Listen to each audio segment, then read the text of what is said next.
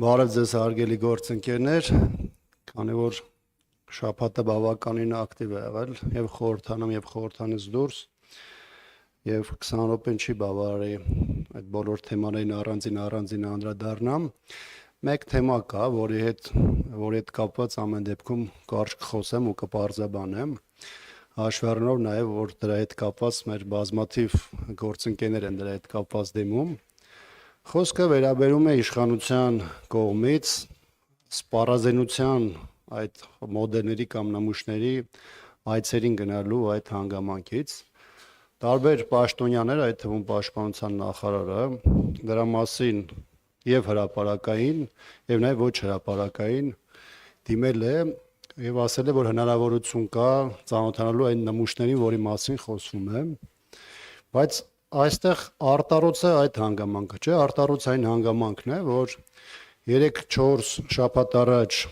պաշտպանության նախարարության ներկայացուցիչը կապվում է, այդ թվում նաև մեր ֆրակցիայի հետ, այդ թվում իմ հետ, այս դեպքում իմ հետ, եւ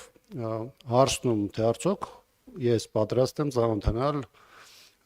ներկայացվող սպառազինության նմուշներին։ Իհարկե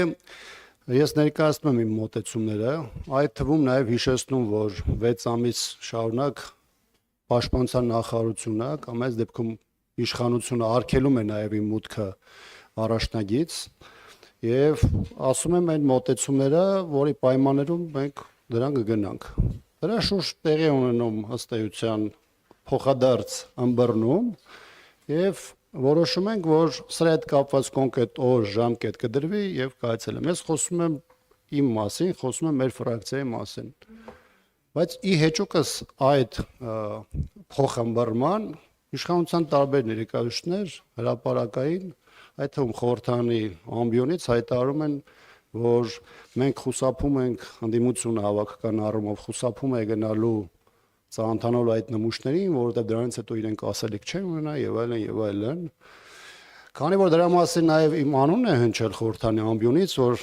Աբրամյան Տերյանը ամեն օր խոսում է բանակից եւ այլն, բայց ինքը հաստատ չի գնա, որովհետեւ իրանց պետք չի եւ այլն, ես նաեւ հարկ համարեցի դրա մասին այստեղ խոսելու։ Լավ կլինի, որ իշխանության տարբեր ներկայացուցիչներ կամ իրենց պաշտպանության նախարարի հետ խոսեն եւ ապա տեղեկատվություն ազգային ժողովի ամբիոնից չտարածեն։ Երկրորդը այն ինչ որ Աբրամյան Տերյանը խոսում է զինված ուժերի մասին, դրա հետ կապված դրված են փաստեր,